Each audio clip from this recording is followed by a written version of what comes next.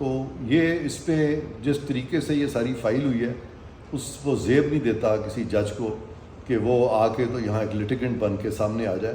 اور ڈیفینیٹلی جب ایک فارمر چیف جسٹس آتا ہے تو جس طرح سے وہ بے دریغ پاورز استعمال کی گئی ہیں فارمر چیف جسٹس کے دوران کے ججز بھی بہت ساری اپوائنٹمنٹ سے بھی ان لوگوں کا ایک ہاتھ رہا ہے.